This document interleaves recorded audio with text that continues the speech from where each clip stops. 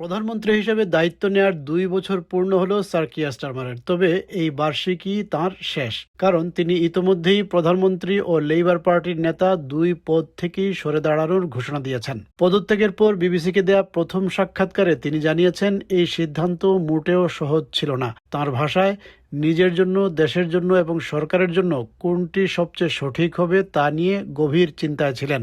এ সময় তিনি সংসদীয় সহকর্মী, উপদেষ্টা, দলের সদস্য এবং ট্রেড ইউনিয়নের প্রতিনিধিদের সঙ্গেও বহুবার আলোচনা করেন। কিন্তু শেষ পর্যন্ত বিষয়টি হয়ে ওঠে একান্তই ব্যক্তিগত।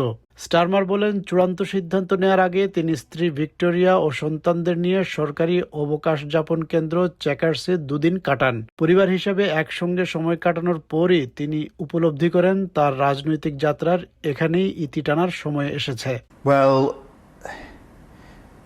it was tough. I'm not going to pretend otherwise. Really, really tough. As I grappled with what was the best thing to do for me, for the country, for the government. And those discussions inevitably start with many discussions with colleagues, with parliamentary colleagues, with the team here, with my immediate advisors, with trade unions, so many people in that discussion. But for me, and this may be different for other people, in the end, it became an intensely personal decision. And that's why it was a decision taken ultimately when Vic and I were away with the kids. We went to Chequers and just spent 2 days together as a family. And that's when I came to my final decision. Sir Keir Starmer শুধু প্রধানমন্ত্রীর পদই ছাড়ছেন না, বিদায় নিচ্ছেন labour পার্টির নেতৃত্ব থেকেও। এমন এক সময় তিনি দলের নেতৃত্ব নিয়েছিলেন যখন লেবার পার্টি ৮০ বছরের মধ্যে সবচেয়ে বড় নির্বাচনী পরাজয়ের ধাক্কা সামলাচ্ছিল।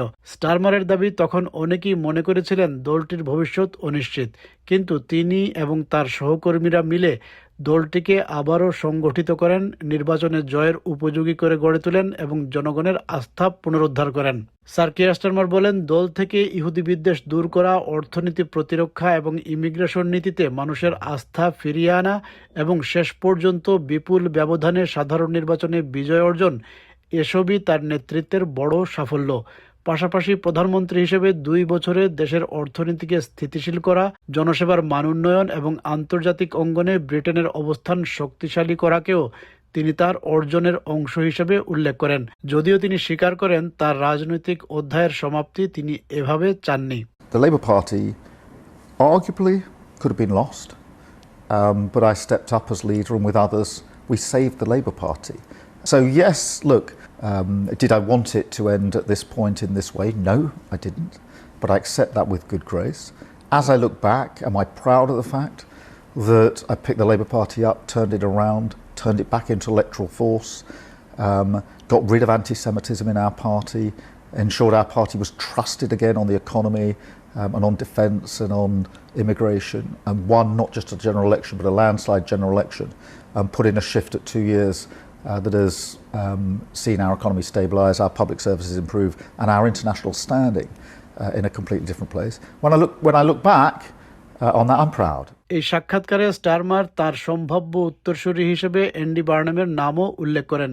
একই সঙ্গে তিনি সতর্ক করে দেন, পরবর্তী প্রধানমন্ত্রীও আন্তর্জাতিক কূটনীতি থেকে মুখ ফিরিয়ে থাকতে পারবেন না। তার মতে দেশের মানুষের জীবনযাত্রার ব্যয়, জ্বালানির দাম কিংবা অর্থনৈতিক স্থিতিশীলতার মতো অভ্যন্তরীণ বিষয়গুলো আজ বৈশ্বিক ঘটনা প্রবাহের সঙ্গে ওতপ্রোতভাবে জড়িত।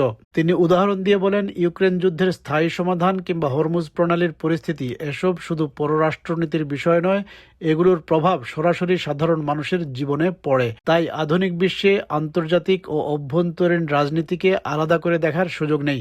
তার মতে পরবর্তী প্রধানমন্ত্রীও বাধ্য হবেন বৈশ্বিক সংকট মোকাবেলায় উল্লেখযোগ্য সময় ব্যয় করতে। প্রধানমন্ত্রী হিসেবে ২ বছর ধরে আন্তর্জাতিক কূটনীতিতে বেশি সময় দেওয়ার কারণে সমালোচনার মুখে পড়েছিলেন স্যার কিয়ার স্টারমার। তবে বিদায় বেলায় তিনি স্পষ্ট করে জানিয়ে দিলেন, বর্তমান বিশ্বের বাস্তবতায় একজন ব্রিটিশ প্রধানমন্ত্রীর জন্য সেই দায়িত্ব এড়িয়ে যাওয়ার কোনো সুযোগ নেই। And therefore, if you're Prime Minister and you care what bills are going to be like in any household around the country, you have to care about finding a lasting solution to the situation in Ukraine. You have to care about what happens in the Strait of Hormuz. It's not sensible to think you can just separate these two things out. Because there are those in your party, and you probably know this, who think that the next Prime Minister could spend less time on diplomacy than you have. You're saying pretty clearly that's not possible. No, I don't think it is possible. So this suggestion you can really, in the modern era, simply split up international and domestic is just, it just doesn't make sense. It isn't true. It isn't right.